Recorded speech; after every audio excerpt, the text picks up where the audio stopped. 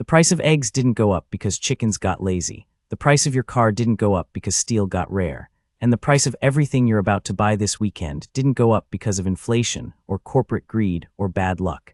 It went up because someone in Washington made a decision and quietly handed you the bill. Picture a Tuesday, nothing special about it. You're at the grocery store, not even doing a big shop, just the in-between run. Milk, bread, a bag of frozen chicken breast, maybe some orange juice if it's not ridiculous. You grab your stuff, mostly on autopilot, and you get to the self-checkout. You scan the chicken, $14.79 for a 3-pound bag. You pause, not dramatically, just for a second. You're pretty sure that was 11 something a few months ago. You scan the OJ, $6.49. You don't even buy it. You just put it back, not because you can't afford it, because it feels wrong. Something about the price doesn't sit right and you can't name why, so you just move on. That pause, that's not inflation confusion. That's you registering a charge you were never told about. Here's what nobody explains when they talk about tariffs. They're not a tax on foreign countries. That's the part that sounds true and isn't. When the United States places a tariff on goods imported from another country, the foreign manufacturer doesn't absorb that cost. The American importer does, and then the American retailer does, and then you do. The cost travels downstream like water finding the lowest point, and the lowest point is always the person standing at the register. As of 2025, the United States is operating under the highest average tariff rate since 1935, not since the Cold War, not since the trade wars of the 80s. Since 1935, the effective tariff rate on Chinese imports alone has gone past 145% at various points this year, on everything from electronics to clothing to raw materials that become the products you recognize on shelves. The Peterson Institute for International Economics estimated that these tariff levels cost the average American household approximately $2,600 a year in additional purchasing costs, not in some abstract macroeconomic sense, in actual money leaving your actual wallet, distributed across hundreds of purchases you barely noticed making. You just noticed one of them when you put the orange juice back. There's a mechanism in behavioral economics called price salience. It basically means that the prices you consciously register are not the prices that take the most from you. The big obvious purchases, the car, the vacation, the furniture, those you negotiate, research, agonize over. But the invisible distributed costs, those move through your life without friction. $1.50 more on chicken here, $2 more on a phone case there, $6 more on a pair of sneakers. 70 cents more on a bottle of dish soap. You don't fight any of those. They're each too small to justify the energy. But across a month, a quarter, a year, they compound into something real. Tariffs work through price salience. They're specifically structured, not intentionally, but functionally, to hit you in the places you don't look closely. Consumer goods, household products, the everyday stuff, the boring stuff, the stuff you just grab and pay for because you've got 14 other things on your mind. There's a reason you researched your last big TV purchase for 3 weeks and barely glanced at the price of the extension cord you bought to plug it in. One felt like a decision. The other felt like nothing. The tariff lives in the nothing. In 2018, when the first round of significant tariffs hit washing machine imports, the Federal Reserve Bank of Chicago studied exactly what happened to prices. Their finding was blunt. Domestic washing machine prices rose by 12% within months, and so did the prices of dryers, which weren't even subject to tariffs. Because once the market adjusts to a new ceiling, everything nearby adjusts too. The tariff created cover for broader price increases. Companies didn't just pass through the cost, they used the moment to move the whole line. The appliance industry ran that play, and it wasn't unique to appliances. Think about the car market right now. A 25% tariff on imported vehicles and a 25% tariff on auto parts means that even the American-made car, built in Ohio, assembled by American workers, costs more, because the steel is imported, the semiconductors are imported, the wiring harness components are imported. There is no such thing as a fully domestic car in 2025. The supply chain is global by design, built over decades of deliberate integration. Tariffs don't undo that integration, they just make it more expensive. The car doesn't get more American, it just gets pricier. The average new vehicle transaction price in the US hit $48,000 in early 2025, up from $42,003 years prior.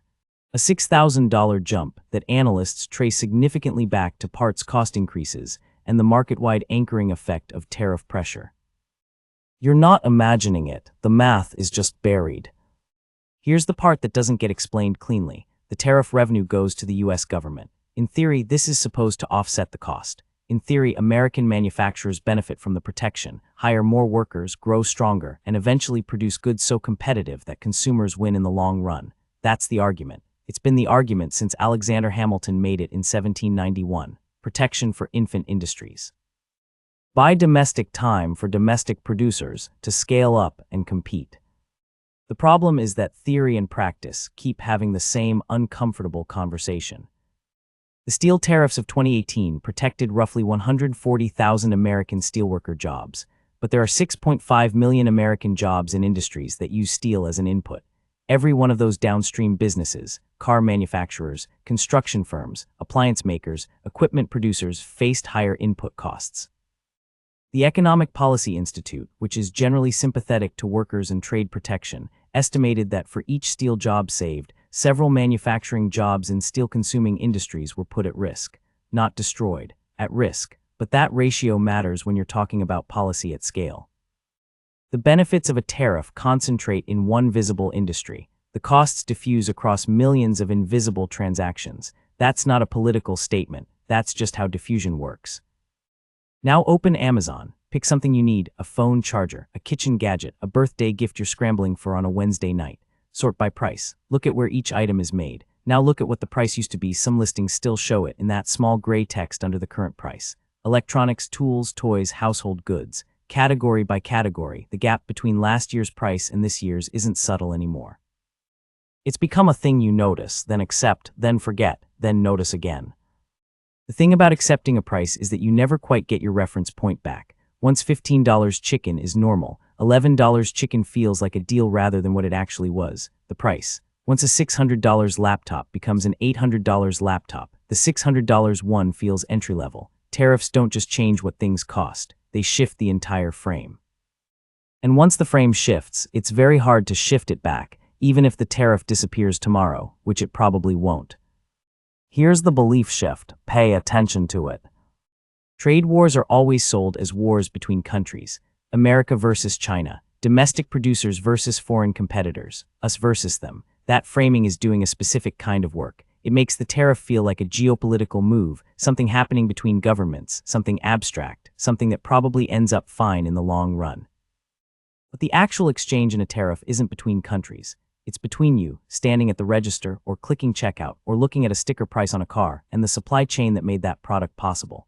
The foreign country doesn't lose the trade war. The foreign exporter takes a revenue hit, adjusts, diversifies, finds other markets. China has been building trade relationships across Southeast Asia, the Middle East, and South America for years.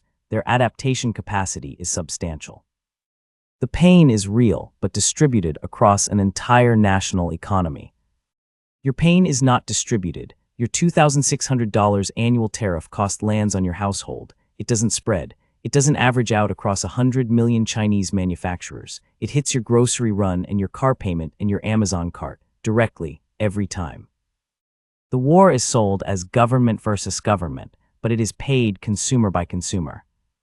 There are two things quietly smart people do in this environment that most people don't talk about. The first is timing. Not every tariff hits every category equally. Right now, certain categories, domestic agricultural goods, services, some industrial inputs, are less tariff exposed than the highly publicized sectors like electronics and vehicles. If you're making a big purchase in the next 12 months, knowing which categories carry heavier tariff loading can move your decision. Furniture and electronics are heavily exposed. Some categories of appliances made primarily in tariff-exempt countries still have pricing advantages. It's not about waiting indefinitely. It's about knowing when a price is elevated by policy versus by genuine market conditions. The second is friction recognition. Every time you're about to make a routine purchase, and the price feels a little wrong but not wrong enough to stop you, that's where the hidden tax collects most of its money. The decision to just accept it is exactly what the diffusion mechanism counts on. Building in even a 30-second pause on purchases over a certain amount, just to register the category, check if pricing has shifted dramatically, consider a domestic or tariff-lighter alternative, is not a lifestyle change. It's just the minimum attention the moment deserves. The tariff doesn't care whether you're paying attention. That's actually why it works so well. You'll finish this video and probably buy something this week. Groceries, gas, something online, and the price will be what it is and you'll pay it and the moment will pass. The machine doesn't stop running because you understand how it works. That's the quietly uncomfortable truth at the center of all this. But there's a difference between being charged without knowing it and being charged while knowing it. One is a trap, the other is just the world as it is. You know it now, what you do with that is yours.